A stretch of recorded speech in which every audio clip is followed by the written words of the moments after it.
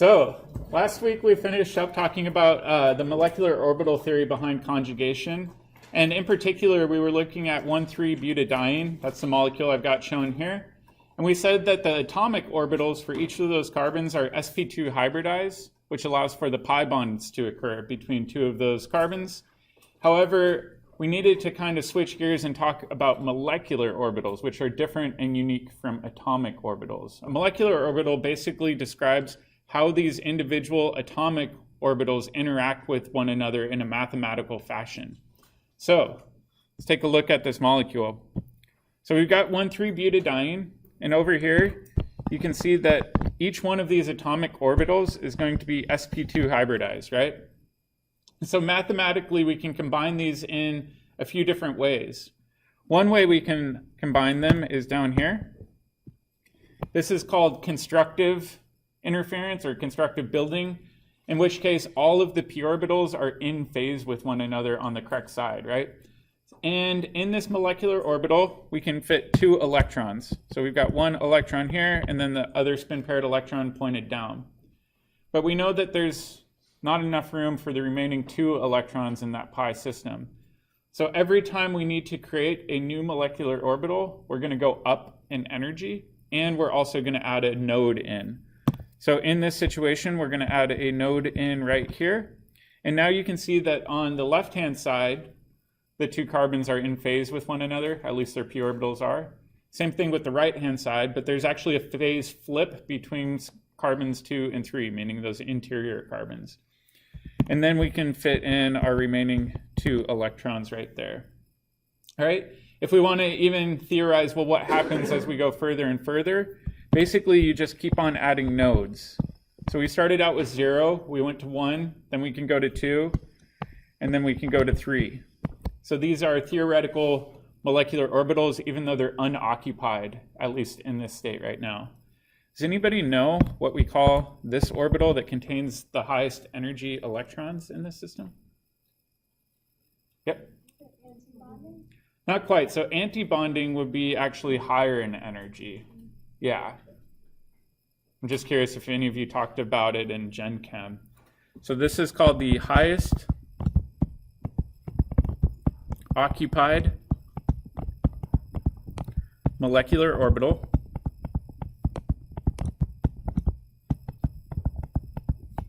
And if you kind of take this as an acronym, it's just called the HOMO state. So that's the energy level in which our highest energy electrons reside. So now when we think about the entire picture of where our electrons reside, we can think about these 2 energy states, one of which is our HOMO, the other one is just a ground state. And this kind of makes sense that we, in looking at this interior carbon-carbon bond that I'm kind of highlighting in green there, it has partial double bond character in one of these states, but in the other energetic state, it's acting as a single bond. So it's kind of a mishmash between a double and a single bond, which can be explained using molecular orbital theory.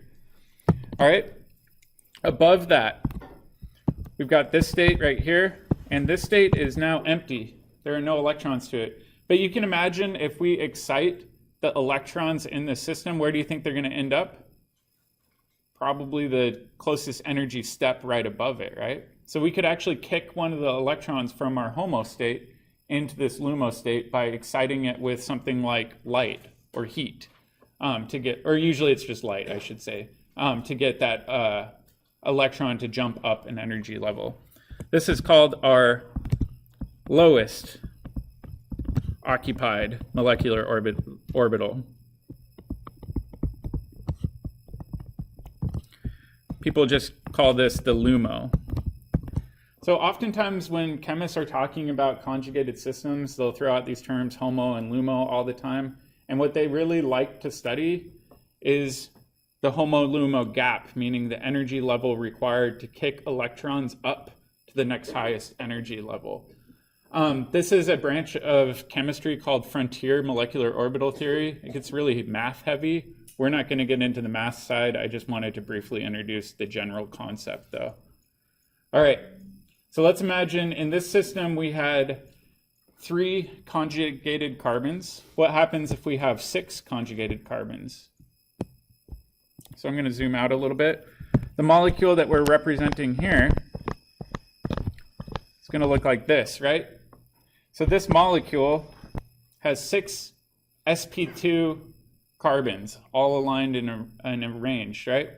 So if we think about it, we can go down here and we can say, well, there's a probability that we have no nodes and that everything's perfectly aligned. We can fit 2 electrons in there.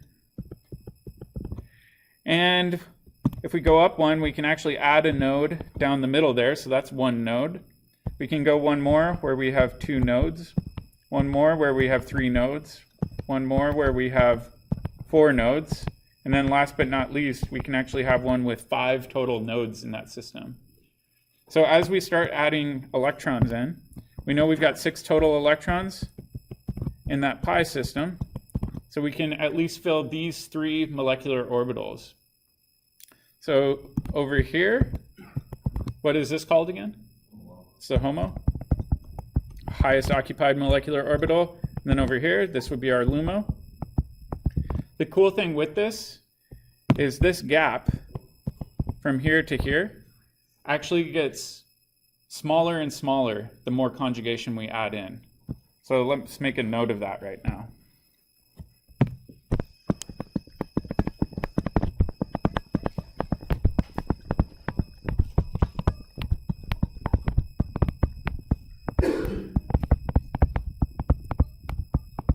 Results in a smaller HOMO-LUMO gap. Another way of describing this is things get redshifted. What does it mean if something's redshifted? Does it take higher energy light or lower energy light to excite those electrons up, do you think? Lower, right? Red light is the lowest wavelength light that we can see. So when we're exciting the systems that are highly conjugated, we need lower and lower frequency light in order to excite those electrons up, meaning we need lower energy light. So it's kind of cool. We'll actually talk about this a little bit more later on when we get into some of the UV vis stuff if we have time. All right, so now we're going to completely change gears. We're going to talk about conjugated systems doing addition reactions. And luckily, this is going to feel fairly intuitive, or at least I hope it does. Let's take this conjugated pi system, and let's imagine that we treat this with HBr. And I'm going to make a note that we're only using 1 equivalent, meaning we're not adding excess HBr. So let's try to figure out how this reacts. So I'll give you a second to propose the intermediate that results after the first step of this reaction, and then check with your neighbor.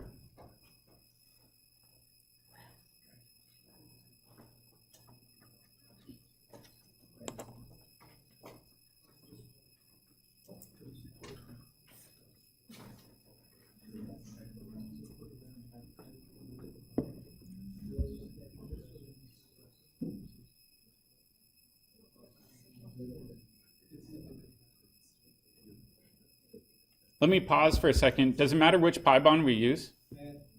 No, I'd say they're chemically equivalent, right? All right, so let's at least get started with this. I'd say, all right, I'll just pick one of these. My question for you is, will we get this carbocation, or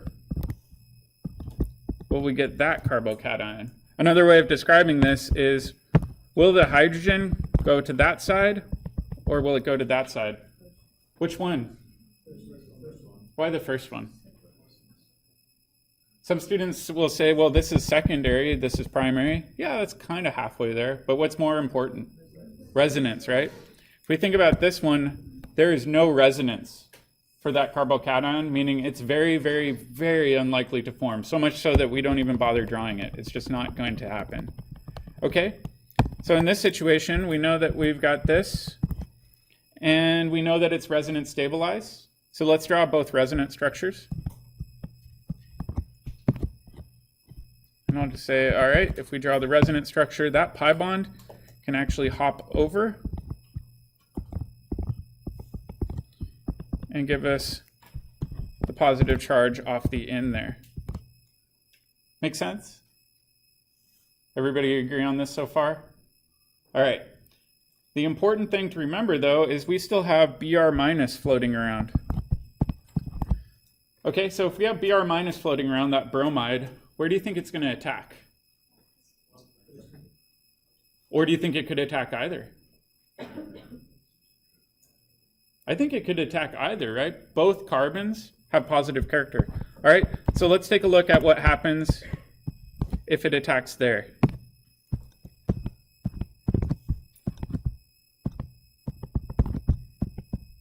And we know it could attack either from the top or the bottom, so I'm just going to write plus En, meaning that bromine could be a dash, right? Let's do the other one. All right, in this one, we could have it attack off the very end.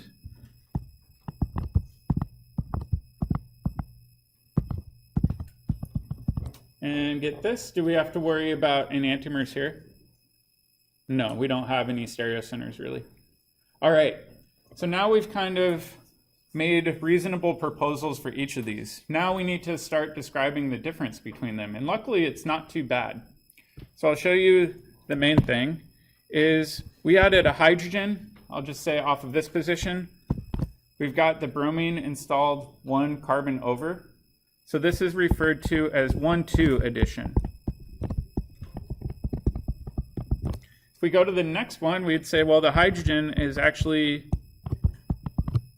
4 carbons away from the bromine. So this is referred to as 1,4 addition. Both pathways can occur. Yep.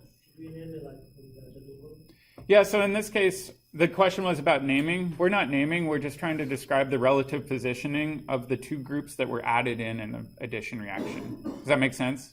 So the number of carbons in between those two groups. All right, so we got 1,2 addition and we've got 1,4 addition. Both can actually occur, but let's kind of stop and assess. Which one do you think is more stable as a product and why? Do you think 1,2 addition in this example is more stable or 1,4 addition is more stable in this example? Why 1,4? Yeah, so let's take a look at our alkynes, right? If we look at this alkyne, it's mono-substituted, right? If we look at this, or sorry, I keep on saying alkyne. If we look at the alkenes, the alkene on this side is di-substituted. So we know increasing substitution makes this more stable. All right, so let's make a note.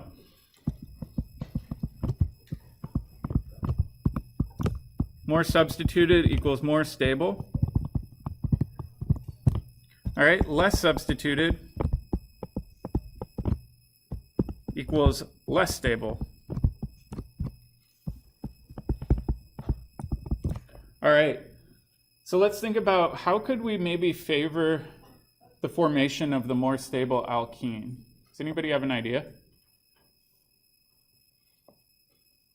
It's a little bit tricky, but how can we favor the formation of something that's energetically at the lowest possible state? Not cold, I would say hot, right? If we're trying to push something to get to its most stable state, oftentimes you apply a lot of heat.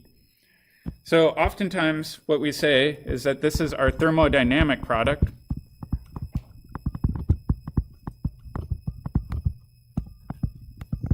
Which means that it's favored at high temp. And so really the main thing, whoop, that's not what I wanted. The main thing to remember with this is this part right here. Is that the more substituted alkene is more stable, and therefore it's your thermodynamic product, and thermodynamic products are favored at high temperatures. So that's a really important thing to remember. All right, so then the question is, well, how could we maybe favor the 1,2 addition reaction? Probably low temperatures, but let's try to even explain this further beyond just saying it's the opposite. Why would this be favored at low temperatures? Well, let's think about the actual first step that's going on here. So in this initial first step, meaning right here, we're adding that hydrogen in. Where do you think the bromine is going to be in space? Do you think it's going to be closer to this position, or do you think it's going to be closer to the 4 position after it immediately delivers that hydrogen? Yeah, I'd say the 2 position, right? Closest in space to where it previously delivered the hydrogen. Okay, so now we can make some notes here. This is the kinetic product, because the Br minus is closest to carbon 2 after delivering the hydrogen. Okay? And in this case, we know that kinetic products are going to be favored at low temperatures.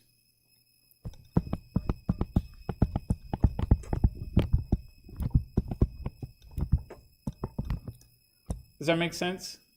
So the kinetic product really is due to what's called the proximity effect. After we deliver that hydrogen, it's just close in space to that carbon, so it could attack in immediately.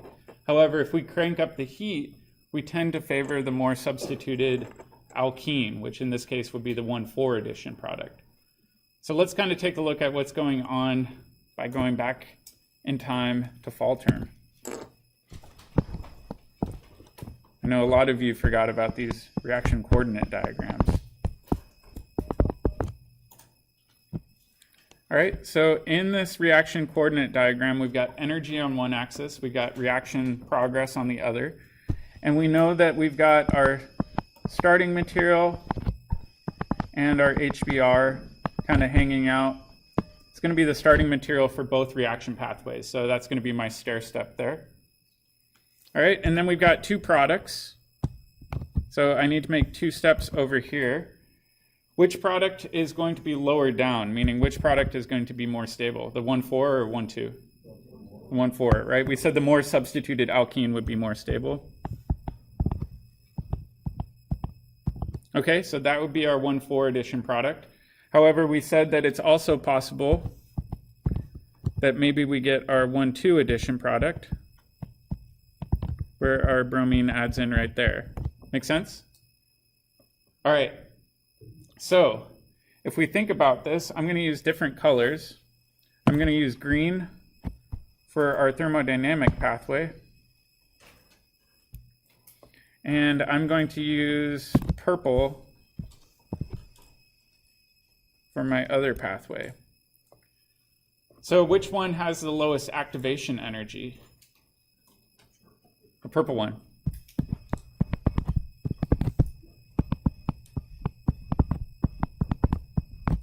Okay, so lower activation energy means that must be our kinetic pathway. Makes sense? The green pathway has a much, much larger hump to overcome, so it's definitely not going to be our kinetic pathway.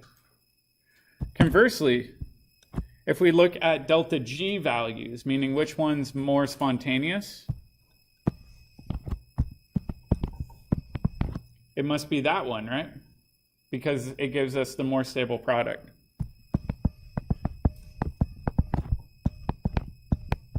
So I'll say larger change in energy.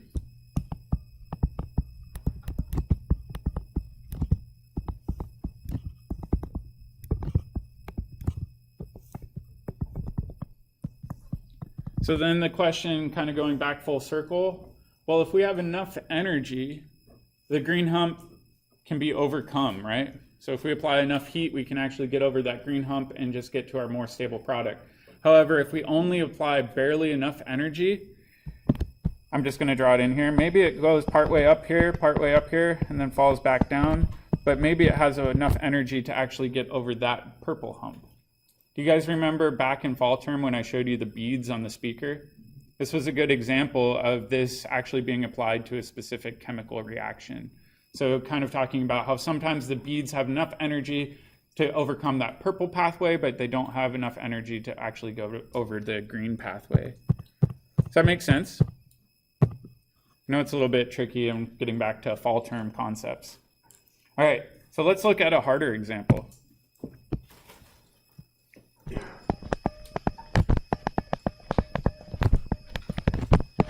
You're going to hate me because this is an impossible ring system to draw. It's going to be a 7-membered ring.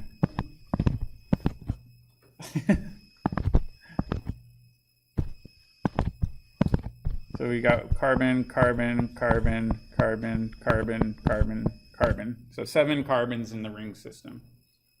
Make sense? And we've got a conjugated ring system. I know it's really hard to shake when you're used to 6 carbons to throw in that 7th. So again, let's treat this with HBr.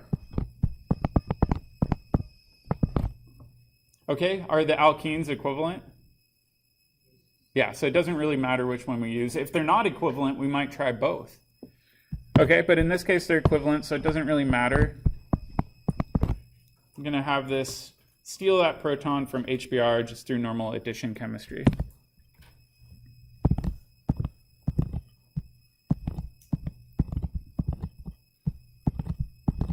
Okay, and we know that it's highly likely that we're going to deliver that hydrogen there because this carbocation allows for resonance, right? So just like before, what I'm going to do is I'm going to show resonance.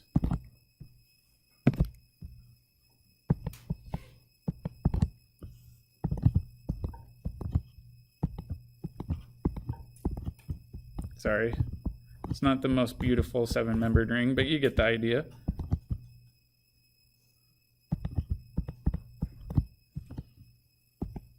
And I'm just going to keep my hydrogen showing that we added in, just so we can keep track of the addition.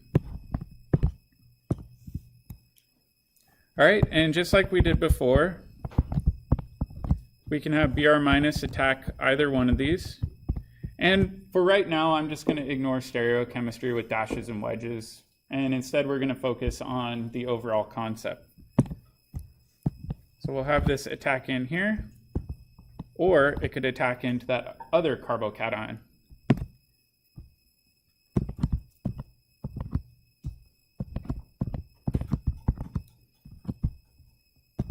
Okay, so if this happens, we would have a bromine installed here and our hydrogen right there. Let's try the other one.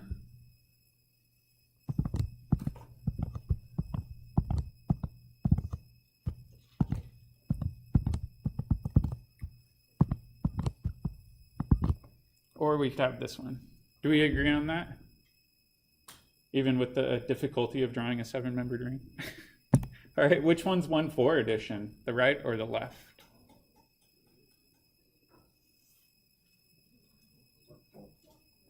I'd say 1, 2, 3, 4 carbons in between there, right? So this would be 1,4 addition.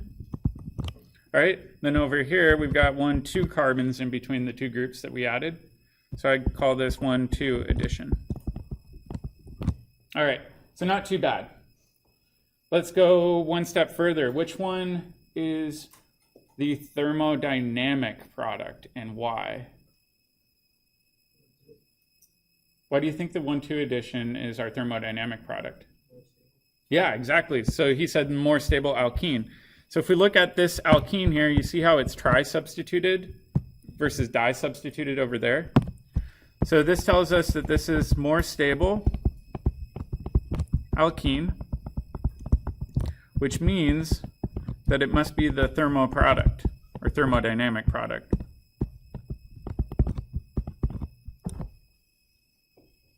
All right, we know that 1,4 addition in this case definitely isn't going to be our thermodynamic product. All right, now my next question, which one is our kinetic product and why? Check with your neighbor and see if you agree.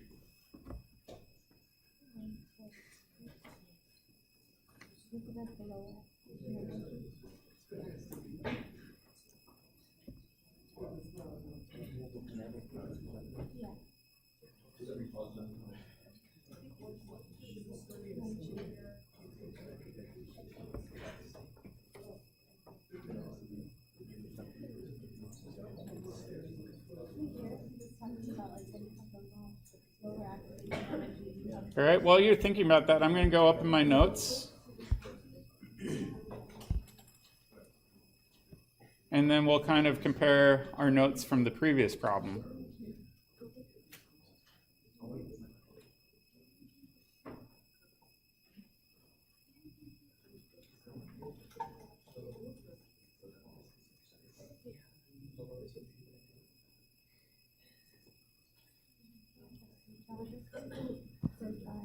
All right, let's go back down.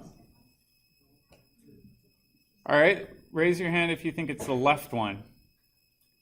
Raise your hand if you think it's the right one. It gets tricky, right? Oftentimes our natural instinct is to say, well, if we already identified our thermodynamic product, the other one must be our kinetic product. But let's go back up and kind of look at how we defined the kinetic product before. So in this previous example, we said that the kinetic product is a situation where the bromide ion attacks the closest available carbon, which is usually carbon 2, right?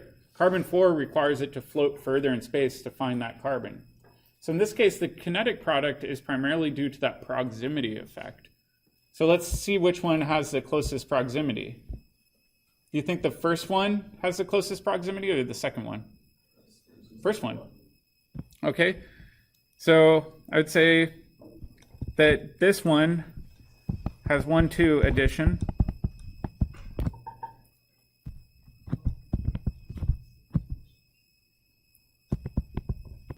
Is kinetically favored.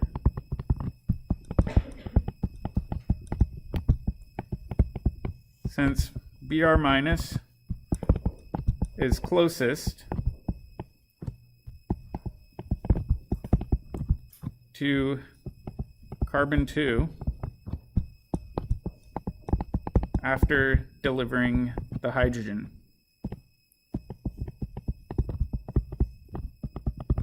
All right. So this kind of brings up a unique example. So in this case, with this specific problem, this is the thermal product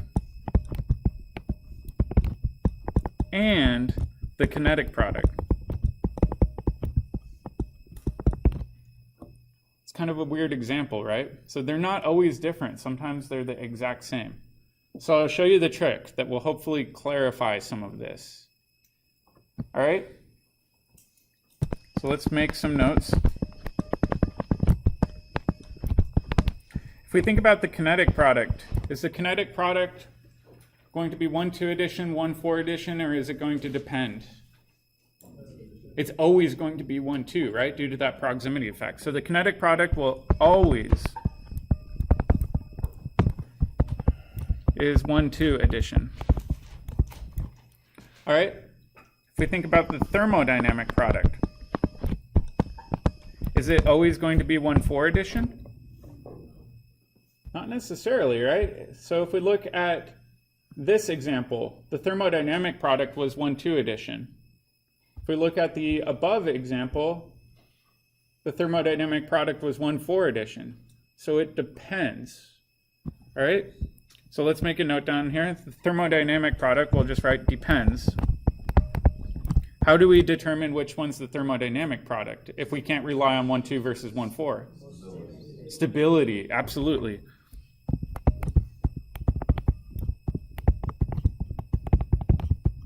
Of the alkene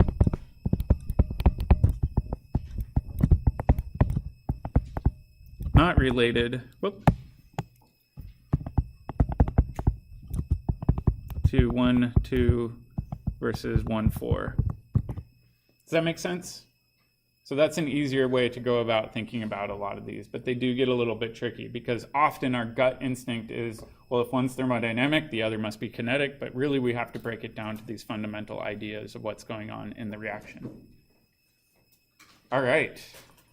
So your pod for tomorrow is actually related to this sort of chemistry. When it says temperature, I'm not looking for a specific temperature. You can just write high or low. I'm fine with that. The textbook, they throw out a handful of random numbers for you. I just want you to differentiate high and low on your problem of the day. All right. So let's jump into the next section, which gets a little bit crazy. These are all about pericyclic reactions of conjugated pi systems. And they tend to fall into a few different classes. The first classification of these reactions are called cycloaddition reactions. In fact, that's what we'll be doing in lab this week. And in these reactions, you can have a conjugated system like this. Is this S-cis or S-trans? S-cis. So this is the reactive state, meaning higher in energy. This is oftentimes just referred to as our diene, meaning we have two alkenes in there. And then what we can do is we can react it with another system that has pi bonds. What this is called is our dienophile. And the cool thing with this is they will actually dock with one another, and I'll show you how this happens in a little bit, where we can connect the dots that I've made. So one of these pi bonds will kind of slingshot over and form a new covalent bond. However, to avoid a Texas carbon, we need to pull that pi bond over. And again, to pull or avoid a Texas carbon, we pull this over. So this actually happens in a concerted process. So it's not stepwise. And when we do this,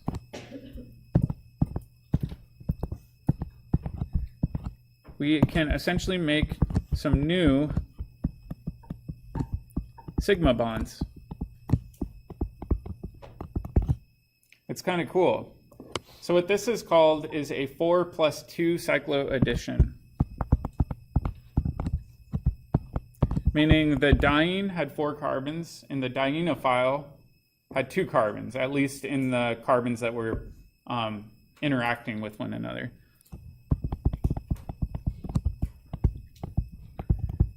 Oop.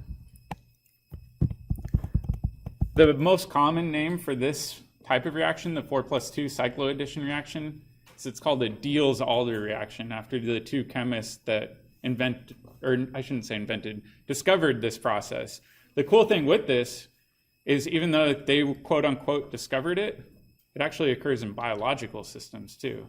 So it's a really clever way of making these two new carbon-carbon bonds. And we'll also talk about the stereochemistry and how that works in these systems too. But there's a lot going on in these reactions. It's really fascinating.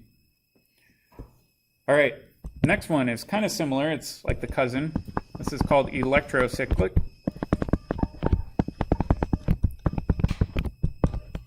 All right, and in an electrocyclic reaction, you don't have 2 starting materials, you just have 1. And in this case, we've got a triene, all right? So 3 alkenes in the system, but it's not a complete circle. So what happens in this one is kind of unique. So this pi bond will actually hop over here and connect the dots, make a new covalent bond. This pi bond will hop over here. And then this pi bond will hop over here. So then the question is, well, what will our final product look like? Well, in this reaction, we're going to be making a ring. And we're going to have a pi bond here and here. So again, this is a new way of making a new sigma bond.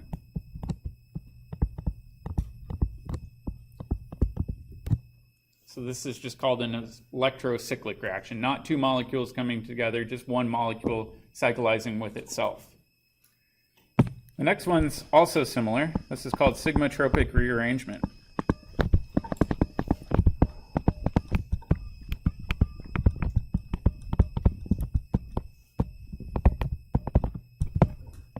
All right, and sigmatropic rearrangements, again, only require 1 molecule. I'm going to actually put on those methyl groups. What's the main difference between the sigmatropic rearrangement and electrocyclic? Number of pi bonds, right? If we look at this top one, the electrocyclic one, is our starting material conjugated or non-conjugated? Our starting material, meaning this over here, is that conjugated? I think so. It's all sp2 alternating double single bonds, right? So this is conjugated. What about underneath? Sigmatropic rearrangement? No.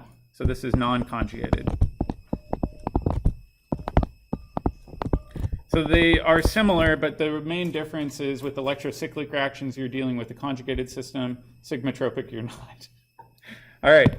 So let's try to predict what happens here. It's going to kind of mirror what happened. So we're going to form a new sigma bond there. And in this process, we can't form a Texas carbon, so we do that.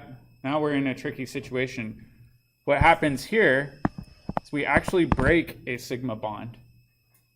and cyclize it over. So during this reaction,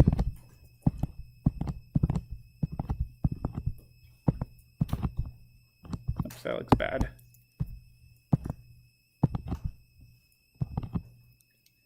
You end up ring opening the other side. So the way I like to describe this to people is in the electrocyclic reaction, it's just a ring closing reaction.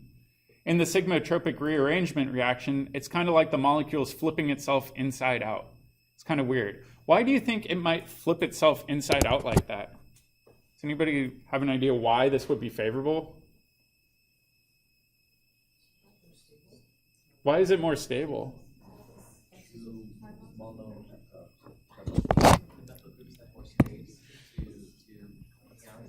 So somebody said the methyl groups have more space. I'd say that maybe plays a role, but maybe not the biggest role. What do you notice about the pi bonds, though? If I look here, I've got a mono-substituted and mono-substituted pi bond, where over here I've got a di-substituted and di-substituted. So we're actually going through a process through which we're making more stable alkenes. So this will occur spontaneously because we're making a more stable product. It's kind of cool that way. All right, the good news is I'm really going to focus primarily on the cycloaddition reaction because that's where the bulk of our time will be. We're not going to really spend very much time on electrocyclic or sigmatropic rearrangement reactions right now. Yep. No reactants. Yeah, usually that's a good question. Do you need any reactants to make these occur? Not always. Oftentimes you just need an initial energy source nudge to get it over that activation energy. Good question. All right, so now let's talk more about this 4+2 cycloaddition reaction with our remaining 9 minutes. Oops. There we go. All right, so like I said before, this reaction is primarily called the Dielsalder reaction. And it's always between a diene, and the diene must be S-cis in order for this reaction to occur. Why doesn't S-trans work, do you think?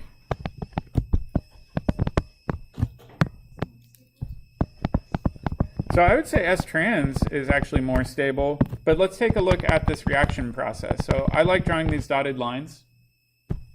We said this pi bond hops over here, pi bond hops down, pi bond hops over, and we make this ring system. All right, looking at the reaction mechanism, why wouldn't S-trans work? Yeah, and the reality is if we had S-trans, one carbon would be way too far away to actually form the ring system, right? So if one carbon were too far away, it just simply wouldn't work. It needs to be oriented in an S-cis conformation. All right, the other thing to note is normally when we do this, this diene is electron rich, meaning it has groups that through resonance will donate electron density into the conjugated system. Typically, this is electron poor. Sometimes it's flip-flopped, where the diene is electron poor and the dienophile is electron rich. That's called an inverse demand Dielsalder reaction. For right now, we're just going to focus with the basics. So for the most part, our dienes will be something that's electron rich. Our dienophile will be something that's electron poor. All right, I think this video will work.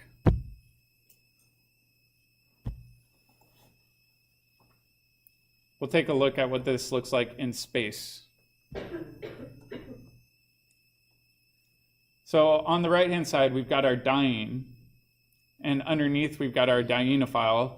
They essentially dock on top of one another and form these new covalent bonds. So it's important to remember that everything's happening all at once, meaning it's not a stepwise reaction. It's a little bit weird to think about. What's that? You want to see it again? All right, let's do it one more time. So the diene is on the right-hand side. It's kind of on top. And it's going to dock with your dienophile underneath. And then everything's going to kind of switch over, and we're going to form two new sigma bonds and rotate those pi bonds around. We'll talk about this stereochemistry here in a little bit, though, but I just wanted to give you an idea of what that looks like in space. All right, so let's take a look at a few examples of this reaction.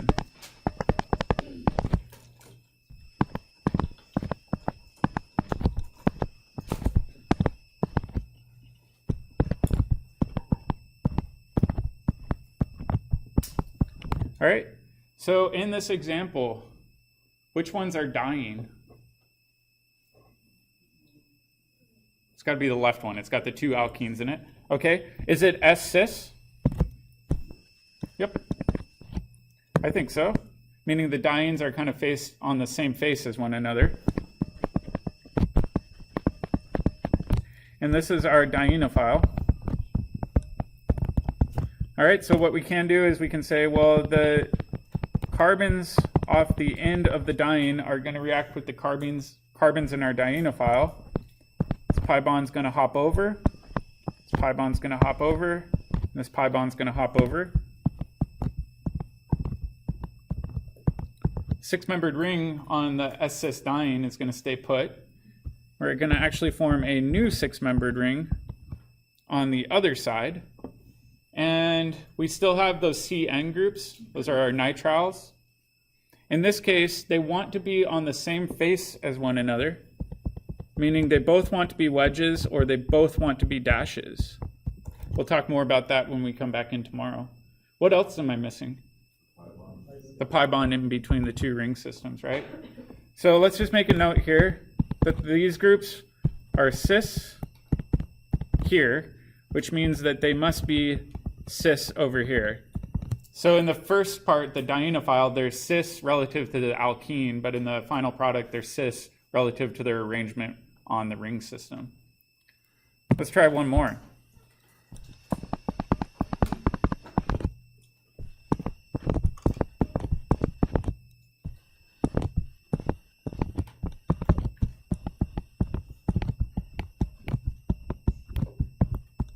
All right.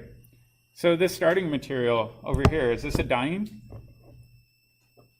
Yeah, it's definitely a diene. We've got two alkenes. All right, will this do a Dielsalder reaction? Why not? Yeah, exactly. This is S-trans diene. Therefore, there is no reaction. You can try and try and try, but geometrically, this just isn't allowed. All right, let's try another one.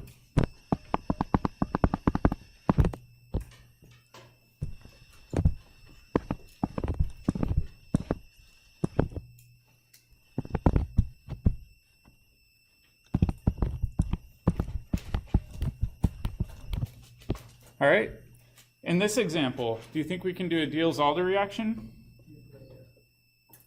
Let's think about it. Is it a diene? Yes. Is it S-cis or S-trans? S-trans. Is it forever stuck as S-trans? Not exactly. In fact, what we can do is we can rotate this. Does anybody remember what the energetic barrier is for that rotation? It was 15 kcals per mole. I know you were just thinking of it, but it's okay if you don't remember.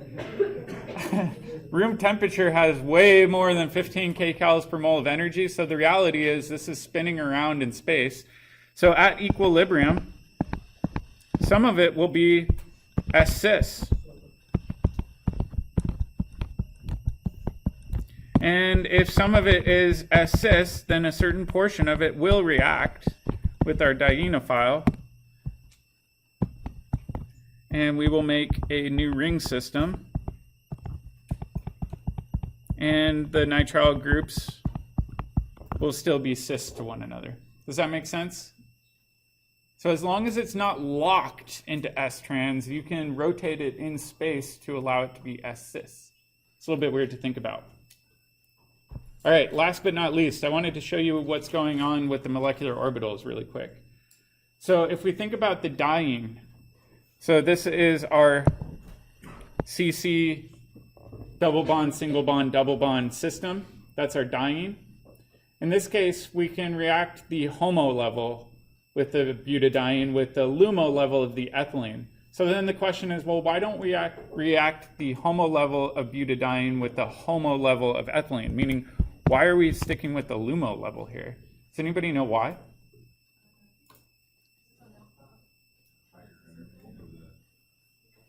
So kind of, one thing you might notice here is the LUMO level, the two p orbitals here and here are out of phase, right? We've got a node in between them, so it's definitely higher energy level. But more importantly than that, you see how these two orbitals that are docking are now in aligned phases? That means they can actually overlap constructively with one another. Same thing here.